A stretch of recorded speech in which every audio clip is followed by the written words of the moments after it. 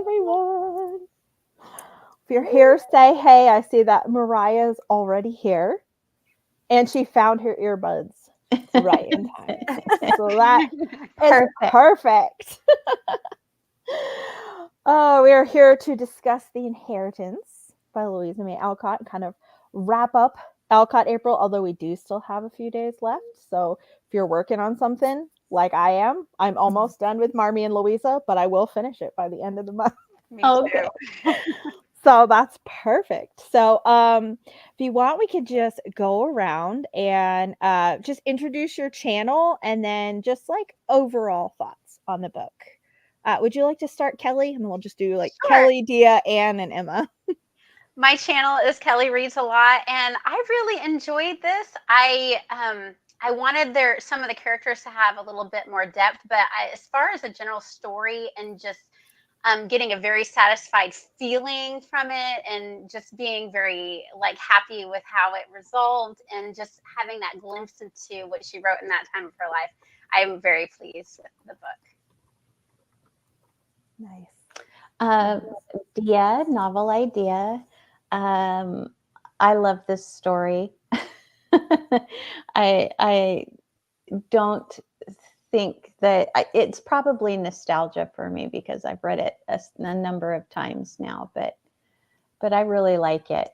It feels like a very young Louisa May Alcott, which it is, but it's still just everything that I love about her work is in there. It's just not as well developed as it is in other books, but I really enjoyed it.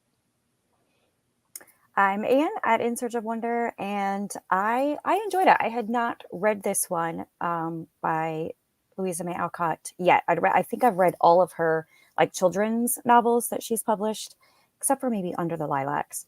And it's very much, like Dia said, in the vein of her books in general, but not as well developed. And it was good. I enjoyed it. I was really impressed that she wrote it at the age of 17. It definitely has a YA feel to it, but it was impressive that she wrote it at that age. Well, hello there, friends. I'm Emma, the Bookish Princess. So I actually watched the movie adaptation of this like last year, and I did really enjoy it. It was a sweet story, but I remember feeling like some of the dialogue was like a little stilted, and I was like, oh, I bet like, they changed it. So it was kind of funny reading the book. I felt like they actually didn't change it. They pulled the dialogue, but like some of you guys have been saying, it's an early Louisa May Alcott. You know, she was 17. So it's kind of like reading Jane Austen's Juvenalia. It's like you can see the similarities, but like you can also see like where there's a lot of growth that needs to happen. So it was really fascinating to read, just as you know, as like this very early work, and it was like a cute story. So I enjoyed it. Christy. Okay, so this is funny. I was on a live with Christy earlier, some reading sprints, and I lost power not once but twice. It flickered on and off, and so my internet was gone. And I was like, I really hope I have internet tonight for the live that I'm actually hosting. So that's why she's saying that. I do have internet. Hooray. I'm Tiffany. You probably know because this is my channel. You probably already know me. I have a little bit more of mixed thoughts on The Inheritance, and that like I thought that the prose was nice, but the characters felt really one-dimensional to me, and that made it very difficult for me to actually invest in most of the romance, which is kind of the point of the story. So we were just talking about this before we went live because we watched the movie in my Discord last night, and I liked the movie better than the book because I found it a little bit easier to invest in the characters. But there were some things that the movie kind of did drop the ball on, and kind of it felt like plot holes because they just didn't explain certain things. So I still like overall, I'm like for writing this at 17. This is incredible, but it really feels very like derivative of Magnus or Mansfield Park and A Little Princess combined. Those two books. Yes. So Mansfield Park, I totally got those vibes from it when I was reading it. Yeah. And I got a little Agnes Grey vibes too. with how philanthropic both Edith and Lord Percy were. It reminded me of Agnes and Mr. Weston, but without the depth of that. But again, she was 17. She was just a little girl, That's better than anything I could have ever written at 17. So I definitely took that into account as well. Yeah. Well, in this case, they really weren't on the same page since Louisa May Alcott died long before the movie. But it's interesting because the movie is set in America and the book is set in England. And so there's definitely some different social dynamics that are happening. I feel like America was the better setting for it though. Cause I didn't even realize reading this, I somehow thought it was America. And I was like, why are they Lord and Lady? It didn't even fully click until we were talking about it just now. But I wonder if that is her youth, and also she's familiar with America, not with British. It felt very American, even though they're lords and ladies. The book as well, so it made sense in the movie to me that they put it in America because it felt like America. The lord and lady thing was the only thing that made it feel like Britain to me. Yeah, and I guess a little easier to take an orphan back from Italy and England than America. Although she was still from Italy in the video too, but it was just kind of funny that I'm like, that would have been a lot harder for you to get to Italy and take an orphan back. Right. A little soap opera. Well, I can see that. There's a lot that happens in this book, and it's very short. So she really crammed in every little bit of drama that she could. And I did like the second half of the book quite a bit more than the first half for that reason, because I'm like, it's getting a little juicy here. She loved drama and she loved heartfelt. So it felt like her to me, that's just kind of who she was as a writer. She, backed that off obviously on her children's books, but reading about her a little bit more about her, she really did enjoy the drama and the, kind of thrill of writing. Yeah. And she was very influenced by a lot of English authors. And I wonder if that's why she chose to set it in England, because she loved Dickens so much, if that was part of her, the sentimental reason of setting it in England. I don't know. I think she was always fascinated with Europe too, because she traveled there twice, I think. And the second time was for a year or more, I think. And she moved around a lot. different places. She went to a lot of different places in Europe. But anyways, and she wanted to make another trip that she wasn't able to.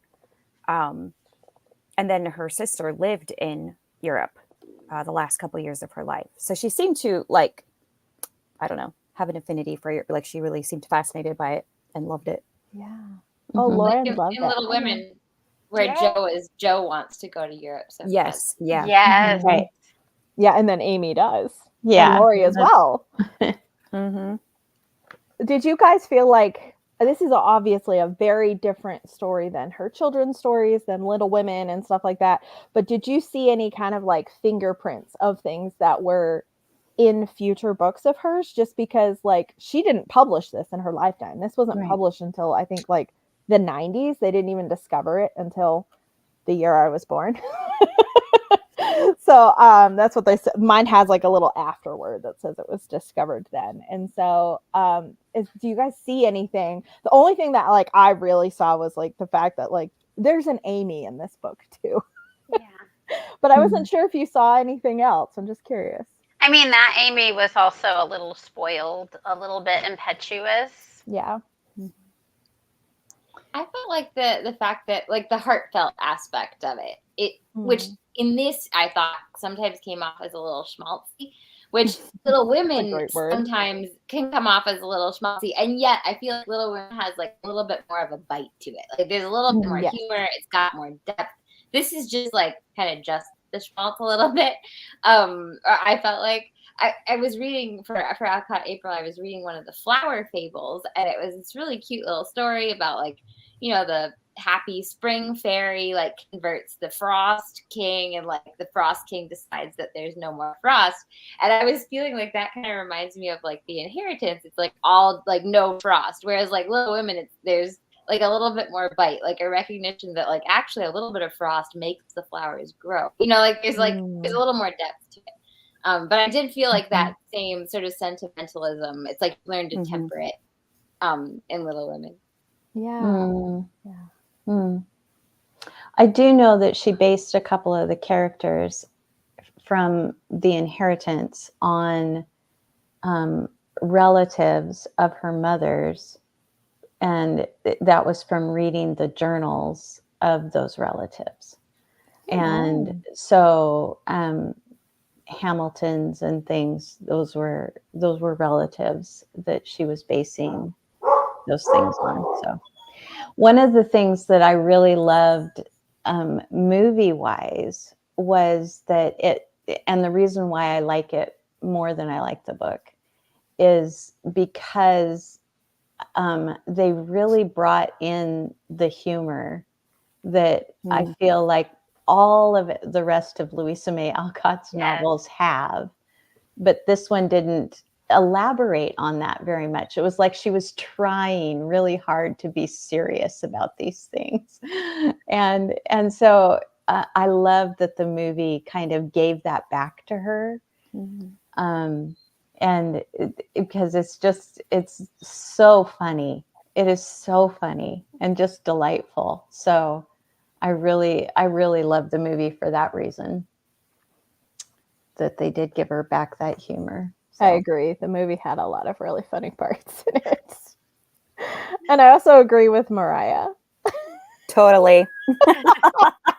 No way. No way.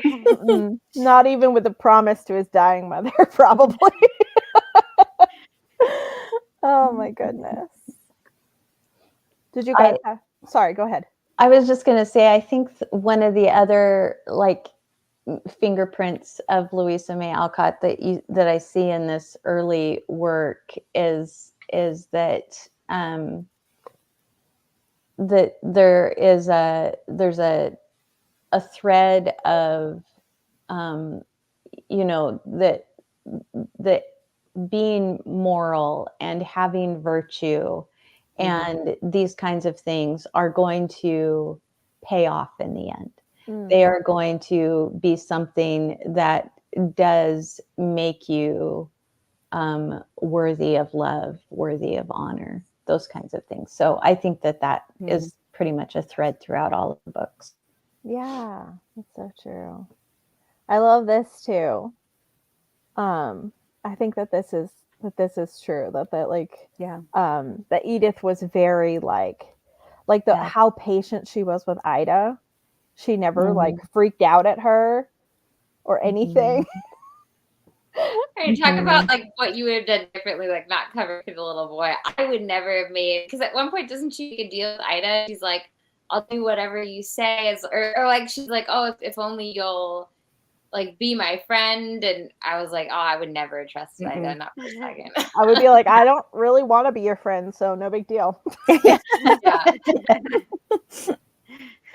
I do feel like the movie did a really good job with Ida as well. Yes. Perfect. She was perfectly cast. Yes, I agree. Except in the book, it says like her beauty's fading or something, and definitely the actress in the movie's beauty was not fading. But I think they said something like that in the movie too, though. That they're like, oh, she's not as beautiful, and she's having trouble finding a husband. And I'm like, I don't think the beauty is the problem there. I think the bratty is the problem, not the beauty. And always wanting her pickup line is like, "What a beautiful name" in the movie. I bet you get told that all the time. Her flirting was so gross. It was. It's so gross.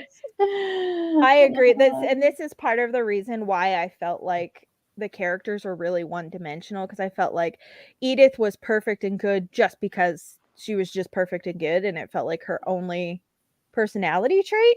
And Lord Percy was similar. Meanwhile, like Ida, her only personality trait was being snarky and selfish. So I felt that way too. Yeah, I agree. The characters were, and I think even the book even described Edith multiple times as like never having Angelic. sinned or perfect. Yeah. I'm like, doesn't Yeah. She really kind happen. of, this sounds weird, but she reminded me of Uncle Tom from Uncle Tom's Cabin. 'Cause that's the Oh. only character I could think of that is that just completely perfect and sinless throughout a whole book. Mhm. Because even Bess and Little Women, like, you know, she's gets frustrated with everyone going away and leaving and Yeah. everything like that. But like Edith, she just didn't really seem to have any impatience in anything. Has anybody ever read Elsie Dinsmore? Oh my god. No. Yeah. I've heard, but I've never read it. That book series has plenty of issues beyond I was just just the going to pure say, sinless talk thing. about perfectly angelic and perfectly perfect. Yeah. That's a That's good Elsie. point. Yeah. Yeah. Social status probably prohibited her standing up. So, in case anyone didn't or wasn't there for the streaming last night and you don't know, it is available for free on Amazon Prime if you have Prime Video. So, It's also available on YouTube for free. oh, okay, perfect. So, two places you can watch in case, I mean, obviously Mariah already knows because she's going to try again, but in case you didn't know. Yeah, Yeah. she never really puts her in her place, but you're totally right that her social status made it really difficult. And I do think that that's something that the book actually conveyed really well is like the social chasm between her and the Hamiltons, even though they've made her like Amy's governess and she does a lot of things with them, she feels the distance and the divide. And I think that that's more clearly communicated in the book, than the movie. That aspect of it reminded me of Little Dorrit by Charles Dickens, which I just read last year. And there is kind of a side plot of a family, and they do something very similar. They adopt this girl. I can't remember if she was from England, or I think she might have been from England, but it was a similar situation. Like she was a needy orphan, and they just wanted to help her out. And so they raised her in the family circle as a companion for their daughter. But in that storyline, the girl that they adopted, she ends up with this very entitled, embittered attitude because she is upset that she is not given the full status of member of the family or whatever, even though like they treat her very well. They're very kind to her, everything. She just wants more. Like she wants to be like have full status or whatever. Anyway, and Dickens explores that a little bit. But anyway, the two reminded me of each other. But I think he wrote that book like a decade or so after she wrote this book, and this was never published. So that was interesting. It was very, very similar. That is interesting. Dynamic. Hi, Elma. Glad you enjoyed the book. And hi, Lindsay, still working on the book. Come back and watch this after you're done. Also, this made me laugh. My Marvel Cinematic Universe. I think mine was Nancy Drew in third grade. I think that Nancy Drew is my cinematic and my MCU. I absolutely loved Elsie Dinsmore when I was a child. However, when I grew up, I didn't love Elsie as much, but there was a lot of it I really loved as a kid, especially the first book mainly. So, yeah, I can see that. I think I read some of them when I was a kid as well. But yeah. Did you guys have any favorite like characters or favorite moments that you would like to share? I liked the birthday party with like the rowing out on the lake, and it just sounded like a fun. yeah. So many of these like plot elements were just like so, like what you would think if you were 17, you're just like, oh, what would I do on my birthday if I could do whatever I wanted, on this British estate? I was rowing on the lake. Yeah. I did too. I love that. I like when Lord Percy got her scarf back for her. I thought that was that was sweet. I loved the part that really made me like Lord Percy a lot was when Lady Hamilton does not believe her and is being kind of harsh with her, and he literally stands behind her and like puts his head on her hand and is like, no.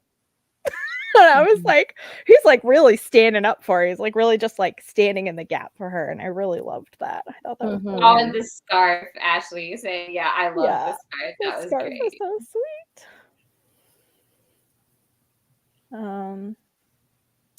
I Yeah. was like,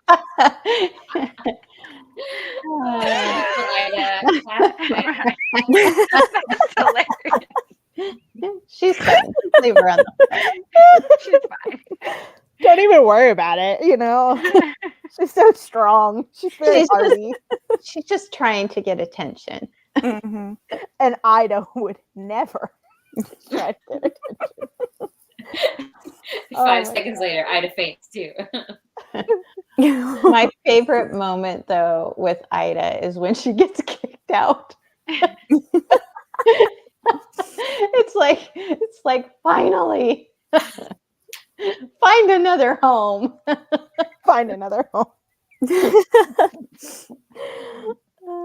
I love that. There is one moment where Edith says something in front of Ida, and Ida knows exactly what she says. She says something along the lines of, when I make a promise, I never go back on it. And she like makes eye contact with Ida. And that's as snarky as Edith got back to her. Yeah. But I was like, ooh, girl. You tell her. Even though no one else knows what you're saying, she does. That's right. That's right. Oh my goodness. I love it. Yeah. Hey, Cheryl's here. Good. Hi. Hey. She was part of our watch party last night. Yeah. Oh goodness. I love too at the end, like first of all, I feel like most of the Hamiltons except for Amy don't really deserve Edith. Like Lady Hamilton is not nice in this book. She's way nicer in the movie. I liked her in the movie. Did they I like liked the it, but- actress? I almost feel like that actress, like, because she's like featured pretty prominently on Australia. They like the actress who played Lady Hamilton, so they wanted to give her a nicer character. Maybe She's way nicer. She's way nicer in the movie.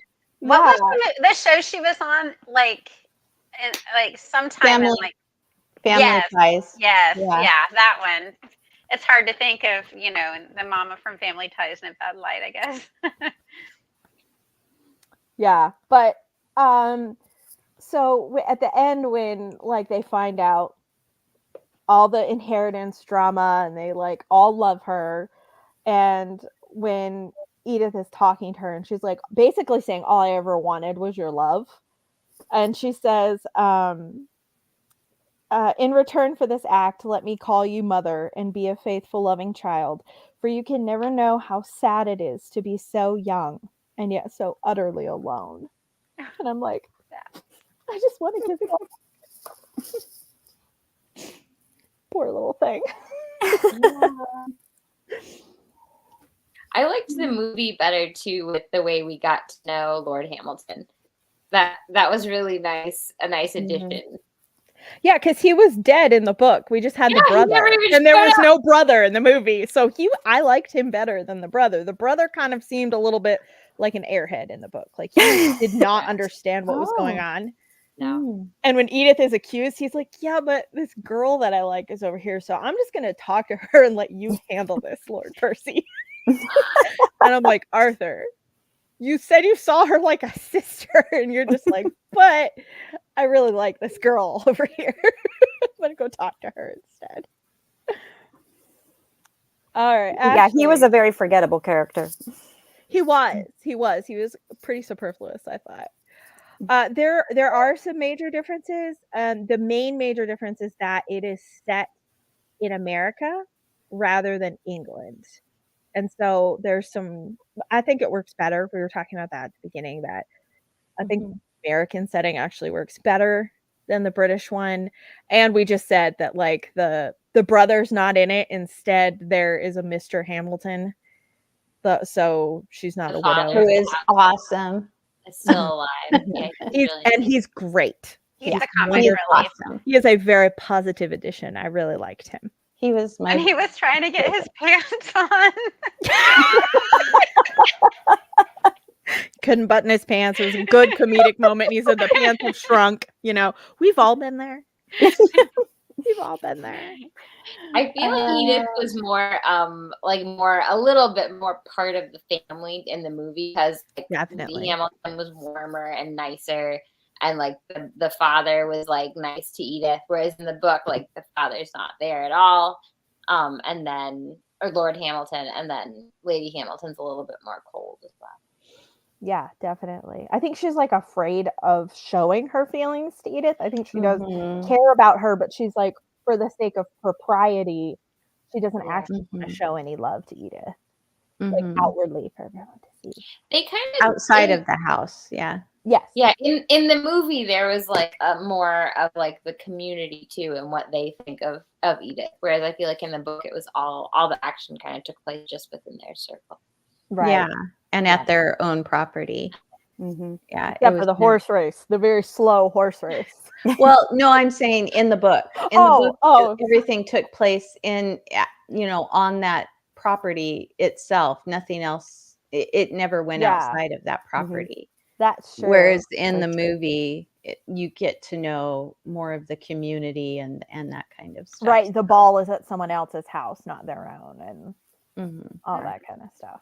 Well, and I think Arlington, doesn't he come to visit them at their own property as well? Yes. Yeah. So that's another difference. Another thing that's really different from the book is that Edith in the book is very musical, very gifted, musically talented, whereas in the movie, it's a completely different talent and a completely different situation that her and Lord Percy connect over. And with the inheritance, there's no uncle that finds her to give her the inheritance. Her uncle is actually Lord Hamilton. In the movie, but she doesn't know that until the very end of the movie. She doesn't know that that's her uncle.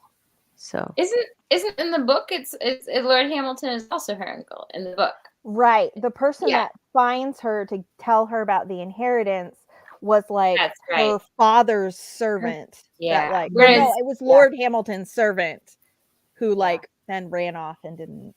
He thought he was stealing money, but he was stealing papers. Yeah. That part in the movie made me laugh so much, because it was like your brother came home and you didn't even look through all of his papers. I know 20 years later, incredibly important papers unread.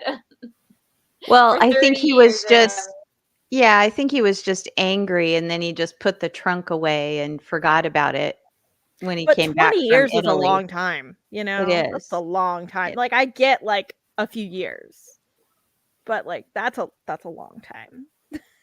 Well, but in the movie, he even admits to the fact that he's one of these people who his brother had a right to think that he was one of those that was like the Arlingtons, that was like that had this hierarchical sociable look down, just kind of looking down upon everyone else if you weren't in the right social circle and that kind of thing. And that's why his brother left to begin with, and that he thought he was one of those people. And then he gets angry at him when he dies, and they never make up. And so I can understand putting something away when you have not had the same outlook about yourself that you feel somebody else had about you, and you don't really want to know anything about them in that sense.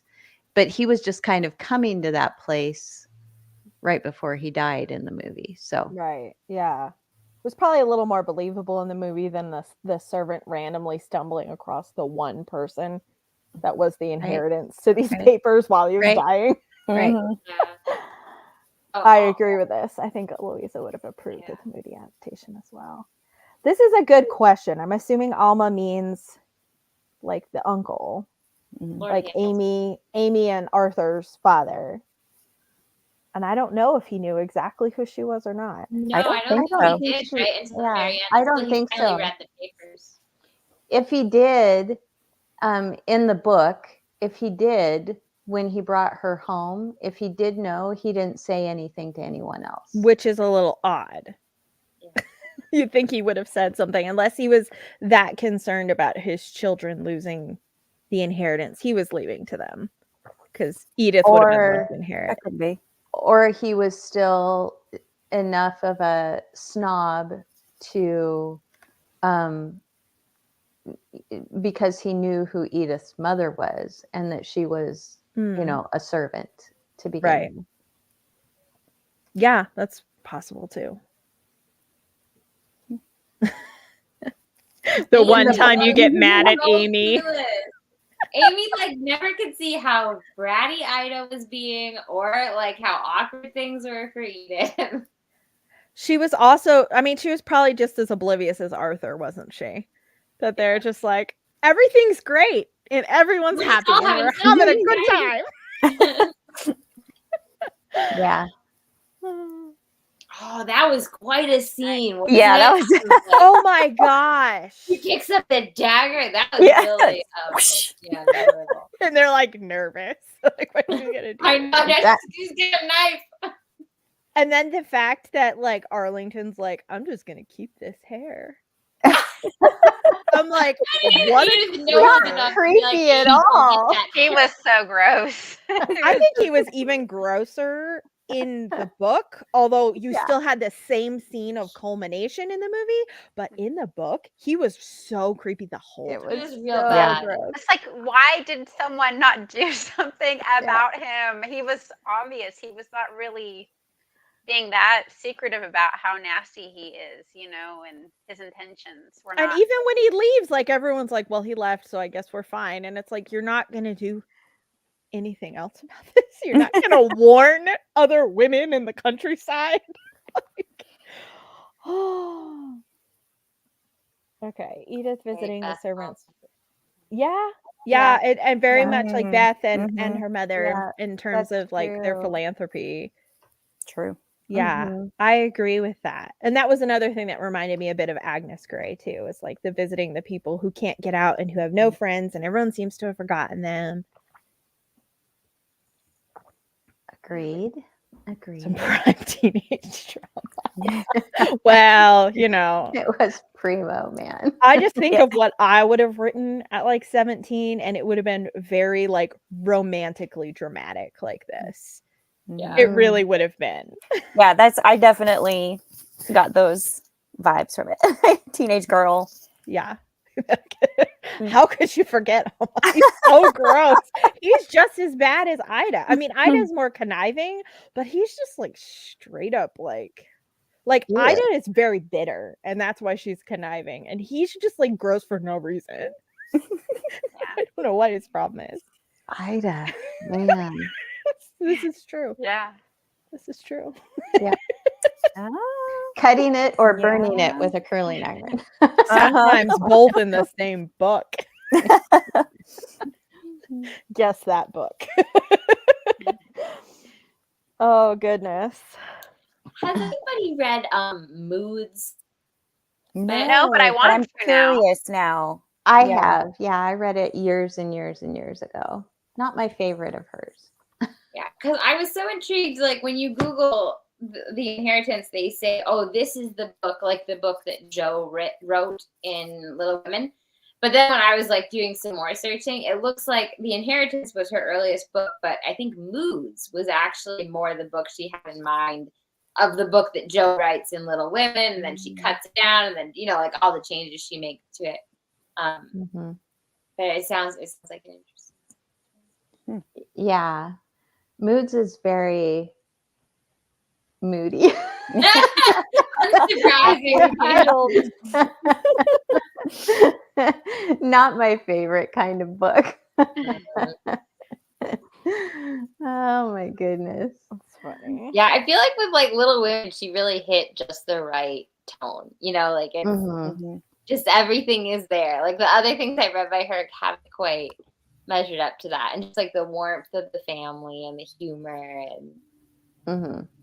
And not like every character has like, even if they're really good and they're like such good people, like they have their struggles too. Right. So no one feels like one dimensional, you know? So that's something I thought that the characters were really deeply written. And I've read Little Men and Joe's Boys, and they both, even though I still liked both of them, they felt more preachy than Little Women. Yes. It felt like she was trying to make a point. In Little Women, it felt like the points came up naturally in the narrative.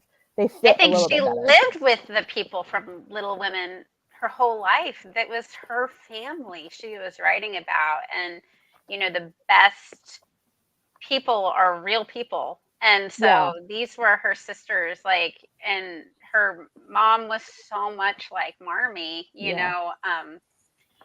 I think that, that's what, and then I think the one reason why we all can relate to Little Women so much is we all find something in at least one of the Little Women that we can relate to or bring home. Or a little bit from all of them. Yeah. Yeah, and that's me. I can see myself in all of the Little Women. I'm a Meg. That's what I figured out. And I'm a Jane from Pride and Prejudice. So I'm like, I'm not the main character, and I'm good with that.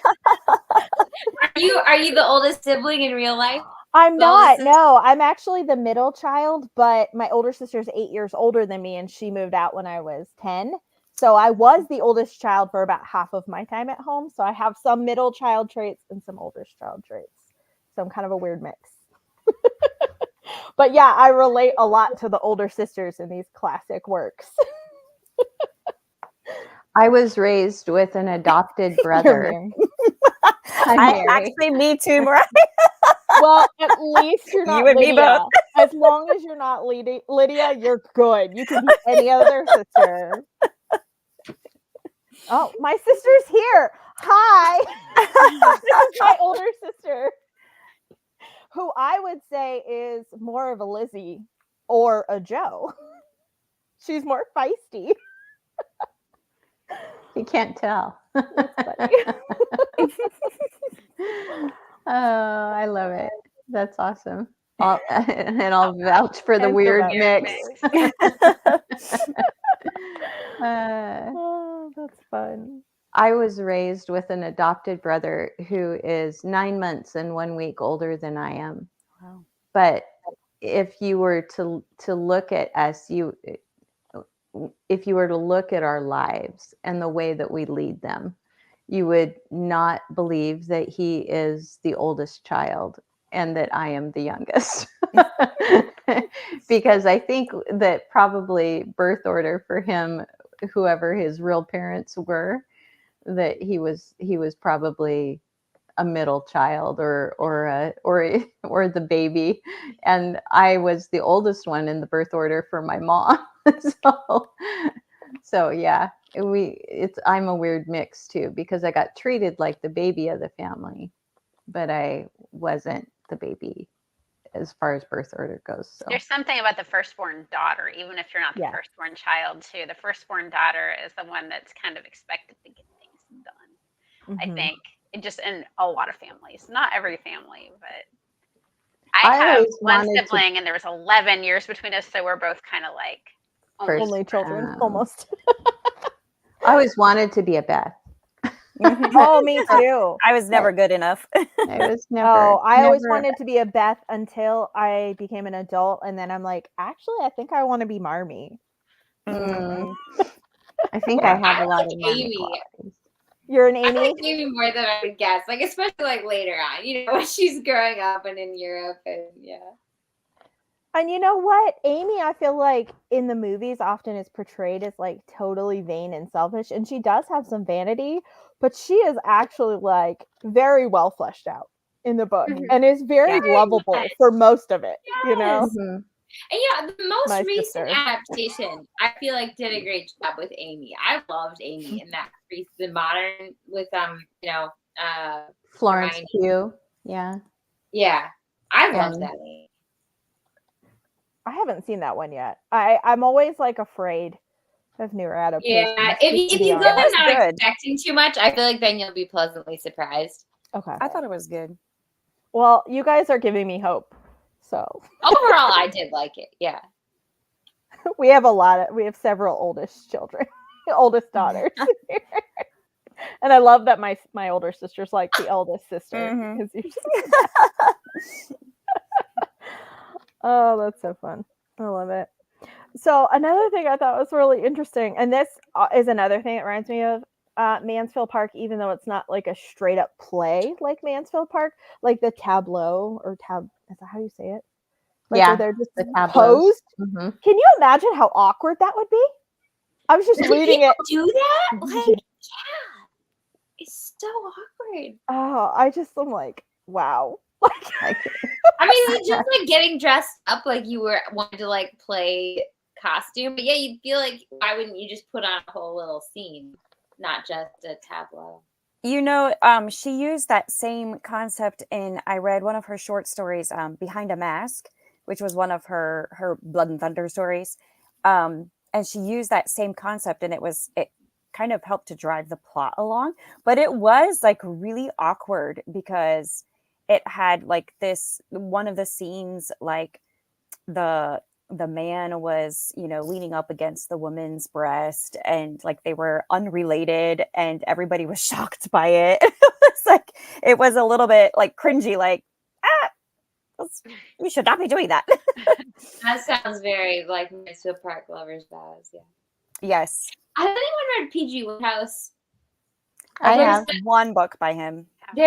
I'm pretty sure. See, I think that she must have been describing just something that was common in this time, the tableau, the idea of the tableau.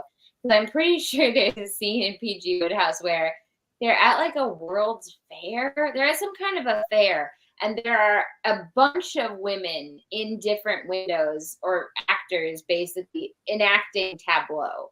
It's like not a waxworks because they're actually people, but like they're people reenacting things. So I think that must have been just a common thing. People didn't have TikTok, so they're just like, yeah, let's dress up. I'd rather be the person sitting still there in the tableau than have to make conversation at a party, to be honest with you. That's true. But the ones were so awkward. Like it's like she's there with like Lord Arlington. That's true. I don't want our Lord Arlington in mine. I'll be in one by myself. As long as it's not a romantic one. Yeah. Like I wouldn't be able to do any of those. Yeah, the one with Lord Percy. I'm like, that's so awkward. And he's staring at her with adoration, and she's looking at him with adoration, and they're just frozen, and everyone's just staring at them, and they're like, "Wow, this is great. I love this. Good acting." And it's like they weren't reality at all. They weren't acting. I read a modern mystery series called, I think it's called Charingham or Charingham. I don't know. It's English Village. And but it's modern day, and the town that it takes place in is competing to host that year's tableaus. So it's still a thing over there. And the year that year they won to be able to do it. Of course, there's a murder behind the scenes, and it's a mystery series. But the tableaus that they are doing are famous paintings, just like in this one. So they were doing, the girl with the pearl earring and all of these other things. And you put like a projection of the actual painting up right next to the actors that are in costume portraying it, and you have to hold perfectly still for like 3 whole minutes, and then it's curtained down and you go off, and the next one comes on and it's set up. So it's still a thing. That's fun. It's just kind of it's fun, but it's really weird. It's- I'm It's sorry. weird. It's different. It's different. If I was in one of those, the whole time I'd be like, "Am I breathing too visibly?" Like, Yeah. And like probably your friends would come and try to make you crack up and like Right. lose focus. Standing in the wings or something like that, making They do faces at sound you. really awkward. I feel like it would be better. Okay, so like the girl with the pearl earring would be Mhm. better than Yes. the ones that they did Right. in this book because you're Yeah. just Right. by yourself, so that's Yeah. not as bad. Or like girl reading a book. Yep, I I can do that I one. don't remember that being in Gilmore Girls. Which season would Me that either. have been? Yeah, I'm curious. I Is- don't remember. That. Oh, I remember that. You I do? do remember that. I forgot At the about high it. school, But maybe? yes, there's one where Lorelai really wants to be in one of the paintings. Oh yeah, I remember now. Oh yeah, Mariah, I don't remember. that. I don't remember. Did they man. do that in the Music Man? Is that what they're Oh, doing when there they are- do that there's- Grecian tableau thing? I I don't think it's remember. a tableau. Was it tableau? Because I remember the dance thing that was really weird. Yeah, there's like a dance, but there's like a tableau where they're all like Grecian. Muses And the or mayor's something. wife, she wants to be like the central one. It's so I don't that know. movie. Weirder The to you whole guys than movie me is because just I odd. was like a modern dancer, and this sounds like totally normal to me. And you guys are like, this is so weird. I died like several times on stage and had to lay there and pretend I was dead and try not to breathe as shallowly as humanly possible. So I should need therapy from that, but like this all sounds very normal to me. You know, you would be great in a tableau, Kelly. Let me just tell you. If I ever put on a tableau, Next I'm coming live, for we'll you. put on a tableau. Tableau. should have that's done coming that back. tonight. I'm the only one willing to Making do it it, back. so that would be awkward. Hey, that's We what we missed should do. We opportunity. should do one like make a modern booktube version of Tableau and do like scenes from books. Yes, who are we gonna be? Yeah. Oh my god. That would No. be so fun. Yeah. You guys are all, this is so weird. I'm like, I really don't see anything wrong with this, guys. This is so weird. Let's Perfectly do it. normal. Well, you know what? In that case, is it any weirder than reading sprints where everyone's watching us sit here and just read? Yeah, honestly, it's like YouTube. YouTube is a tableau, like booktube, like except it's like moving instead of still. So. Try not to breathe too hard. No. Oh my god. Ashley, is she frozen or acting?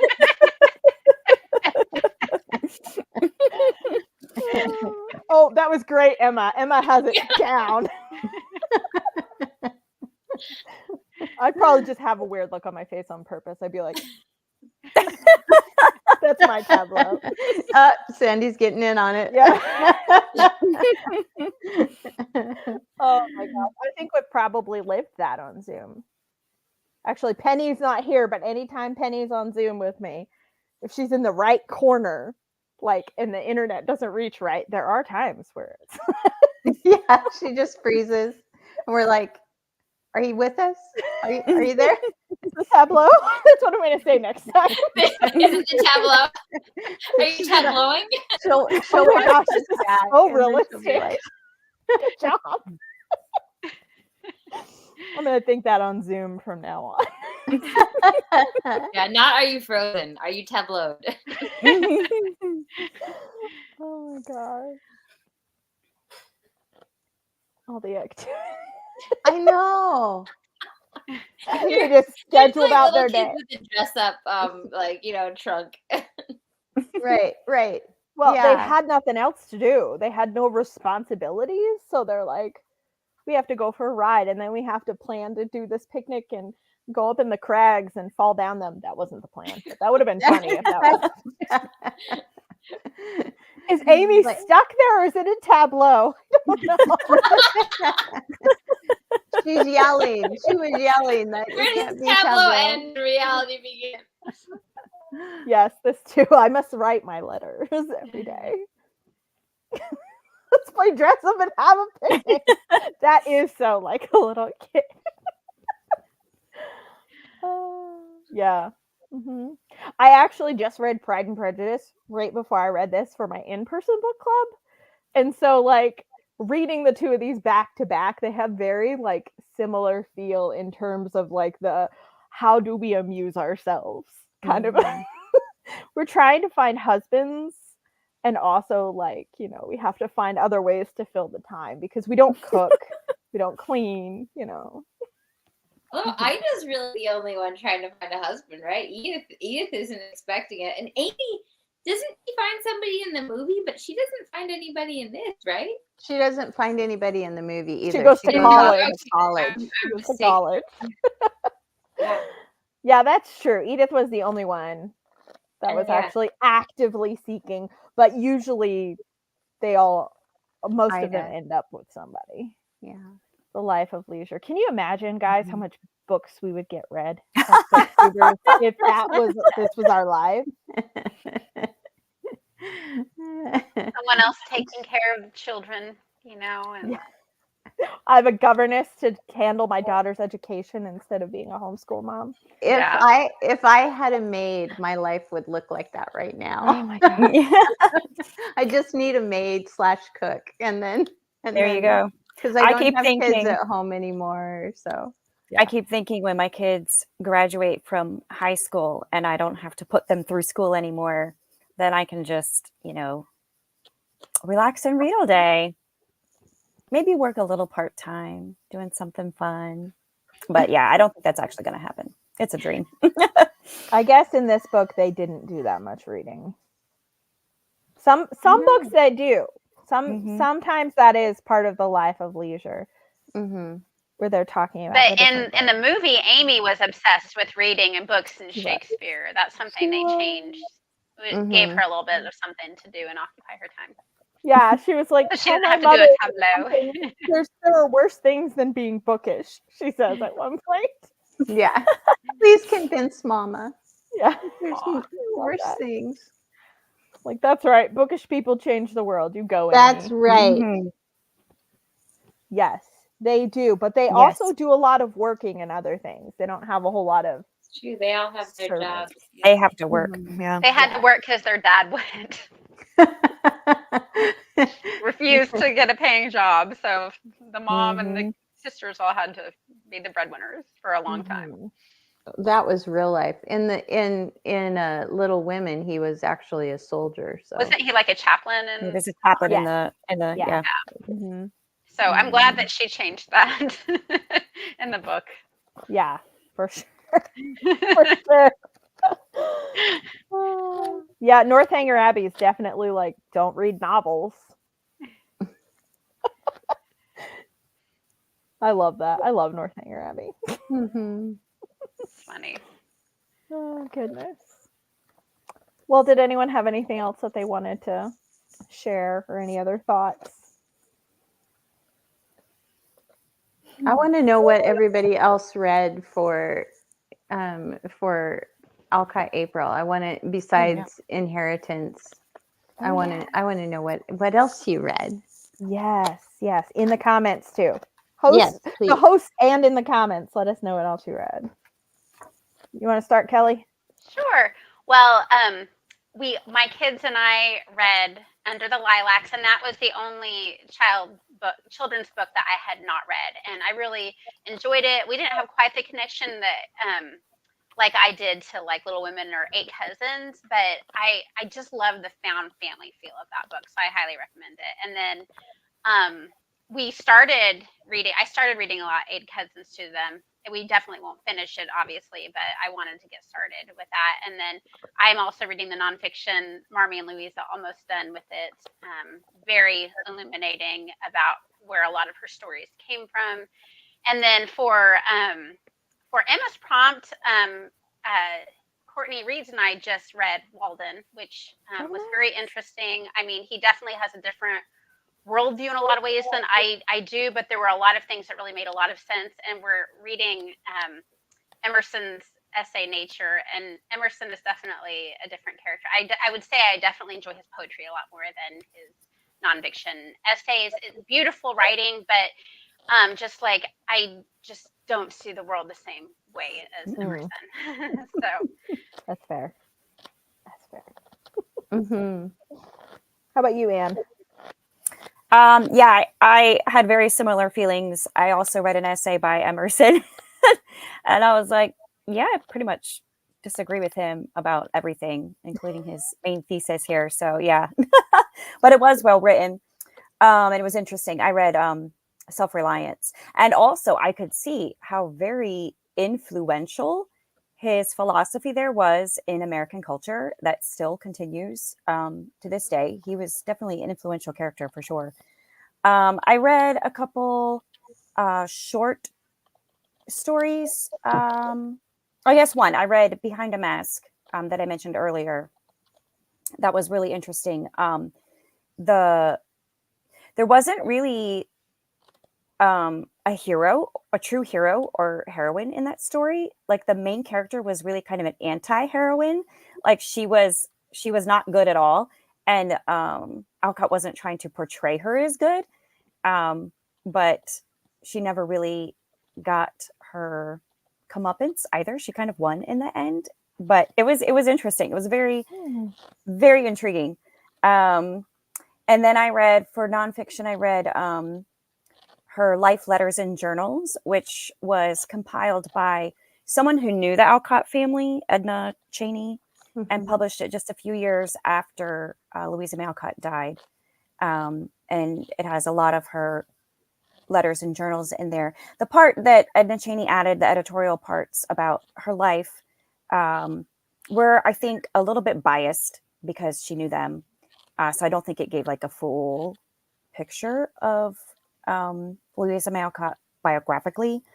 But it was interesting coming from her perspective. Also, it was a little bit disjointed, so it was hard to follow like chronologically what was going on in Alcott's life. But it was really interesting reading her letters and journals. Yeah, those are the main things. Did you that I read some read. of her letters and journals too, Tia? Yeah. You can share what you read too, since I asked you. Just go ahead. I read American Bloomsbury, which I really didn't like. I didn't like it at all. I felt like she made a lot of statements in that book that just weren't backed up. They were just opinions. And so that one really bugged me. I didn't care for it. I read Marmee and Louisa, which I liked a lot more. And it was still really hard. And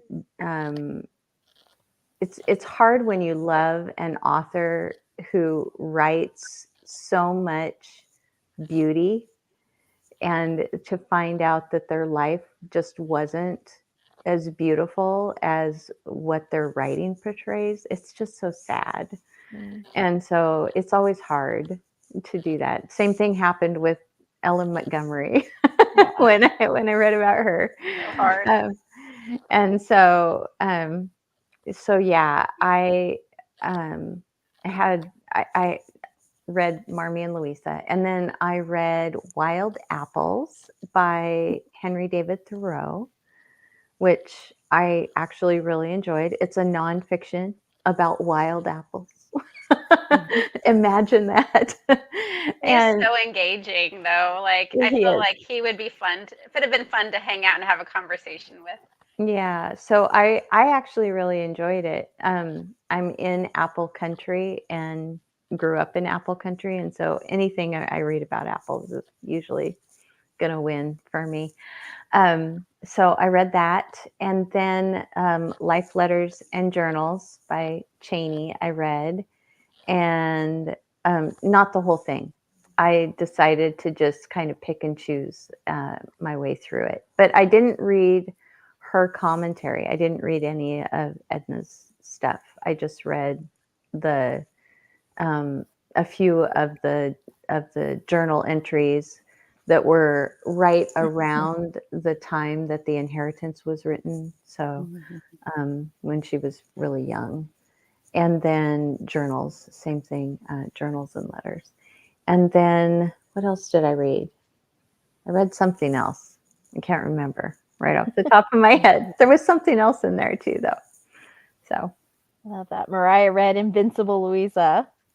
oh, And then Lauren tried Eden's Outcast.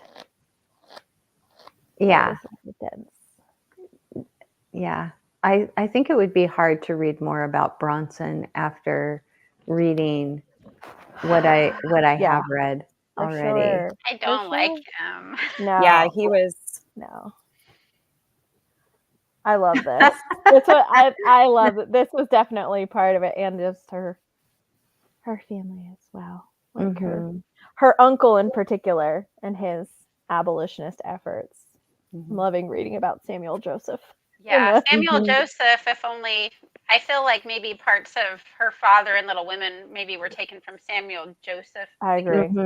He was more present for their family as well as his own. Yeah.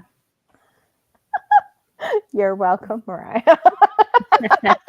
I'm slowly pulling people to the K-pop side.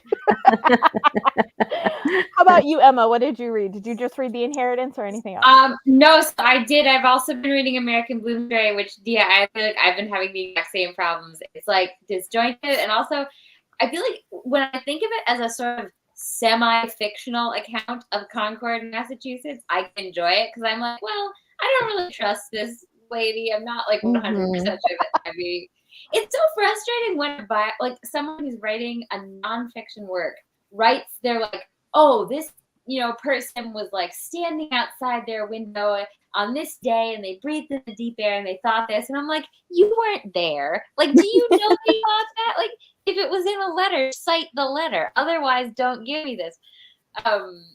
However, like, it was such a fascinating community in Concord that if I can kind of just step back from it and be like, okay, like I'm thinking of this as sort of fan fiction of the Concord record. So you just get some light facts and like I'm just sort of skimming through it. It is interesting in that sense. Because Emerson, Thoreau, Hawthorne, and they knew like it seems like Emerson knew everybody. It's fascinating to think of them, just as people. Not just writers, not always likable people. But yes, I am enjoying that. I read recently. It's called "Life Without Principle," a Thoreau essay, which I really like. And I want to read some Emerson poetry. I'm hoping since we still have a couple of days of April left to get to that, and then flower fables. Which I did enjoy. They're just very sweet and like very springtimey and very sentimental, but they've been fun. Love that. You were saying, Emma? Perhaps they were looking out their window.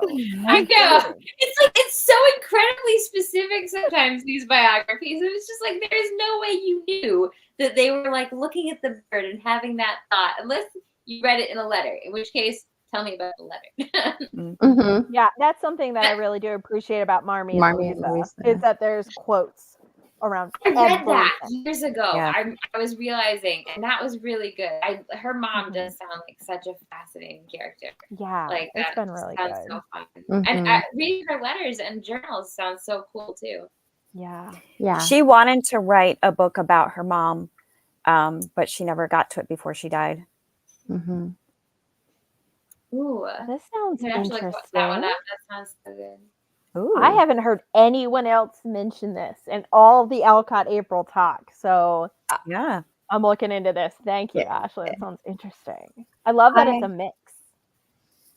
There's another one that I want to read that is, I'll see if I can find the name of it really quick because it seems like it would just be amazing. The joy of this is like I'm always like typing on Goodreads or something when I'm on with people because I'm like, add that to my TBR and add that to my TBR. Yep. Added that one. Oh, interesting. It's called The World of Louisa May Alcott, and it is by William Anderson. And it says, A first-time glimpse into the life and times of Louisa May Alcott, author of Little Women. Hmm. That's cool. Mm-hmm. And it's got photographs in it, apparently. Mm-hmm. Of Orchard House and Yeah. Oh, you know, or I Apple also got, Slump. Apple slump. Apple Slump. Mhm. Apple Slump. I also got Pickwick Papers from the library, but I didn't start that because isn't that one that when they have their club in Little Yes. Women? Mhm. I've always meant to Yeah. read Pickwick Papers. I just read that in January and February of this year. So Oh, I did start The Heir of Redcliffe by Charlotte M. Young because I think Joe reads it in Little Women. Mhm. They mention Mhm. it anyway. You will I just cry started. over it too. I cried Oh, yeah? at exactly the same point when Joe got aw. and I I've like been never meaning to read that one. cry when I read books, but The Heir of Redcliffe was Oh, well, I'll definitely cry then because I do cry. Oh, me too. And it gets worse the older I get. It's like maybe it's because I I'm don't the try. opposite. I know you are. I used to cry a long time ago. You cried all your tears already. Oh, that's so funny. I neglected to mention a short story I read. It was very short. It was called Happy Women, and I felt like it was more autobiographical. But she mentions people in their time that are women that have had successful Oh, careers, yeah. and that was fascinating. And it was just like Hmm. literally like you can read it in 10 minutes. Like it was that short, but it was just since she was giving real examples of women that she respected. Since Mhm. she felt like it slighted so much as a woman, and then finally she felt like she had her success. I think she was trying to kind of point out other women who had been very successful as well. Nice. Oh, that's interesting Mhm. because Yves Laplante is the one who wrote Marmee and Marmee and Louisa, which Louisa. a whole bunch of us read this month or are currently reading Mhm. without even trying to. So that was mentioned. It was mentioned like in the author's biography, and I guess she is like a great, great like niece of Abigail Alcott, and Mhm. so she had collected a lot of her writings and Mhm. Yeah, they were passed down. Cool. Oh, when I was at the Orchard House in Boston, they had the most amazing edition of Little Women, which is annotated by John Madison, who wrote Eden's Outcasts. And first of all, it's gorgeous. And secondly, it just has so much information. I checked it out from the library when I got home. And I'm not reading through the whole thing, but just I read the introduction. It was so good. And all of his little footnotes and sidebars. And he has like pictures from different adaptations and from like pictures of Orchard House and Cool. little notes and stuff. Yeah, it's like $36 or something. I put it on my birthday list. I want my own copy of this. I already have like 3 copies of Little Women, but I think I need this one too. I love that you actually got to go to Orchard House this month. Yeah, that and was you so vlogged it. It was Yes, that was so fun. like perfect. I'm Yes. going to Massachusetts in June, and my Yay. one thing is I was like, my in-laws are like, what do you want to do? Where do you want to go? Because they live there, and I'm like, my one request is that we go to Concord. Yeah. We can see all the Concord battle stuff and also Mhm. Orchard House and all the Yes. other author houses there. Yes. And Walden, you can see. Mhm. And my older sister's coming with me. that That'll be great. will be fun. Yes. So, but in the meantime, I am vicariously living through Anne. I loved her vlogs. Emma, Oh, you've good. been there too, haven't you? yes, yeah, that was so fun. I went there. I'm pretty How sure I've many- watched your vlog too, Emma. How many years ago? 6 or 7, I think. Oh, okay. Yeah, it was really fun. It was just fascinating. All the details and like so many things that I didn't know are like literally so much like in Little Women. You can see, I think some of the like paintings that Amy or drawings that Amy did on the wall, right? And the way it's a funny mixture, like her life, because like yeah, you read about her dad and you're like, wow, that's guy's awful, but like he also did he built her that cool desk, and I think he made this opera ceiling for Amy that with the idea that she could like paint frescoes on it. But yeah, it's such a fun place. So cool. I love it. Yeah, me too. Well, any other thoughts or Louisa May Alcott things that are related that you'd like to share before we wrap it up? No? All right. Well, thank you all for coming. Thanks for reading The Inheritance with us. And also thanks to those who tuned in with a watch along last night, because that was super fun. It's fun. This has been a lovely month. So thank Yeah. you so much for everyone who participated. If you're watching it now or you're watching it back later, it's been super fun. And we still have several days left of April. So I can finish Marmee and Louisa and a short story that I'm working on. And you can too if you didn't finish it. So we still have time. We've still got like 3 days left. So thank you so much for coming. And we'll see you later. Bye.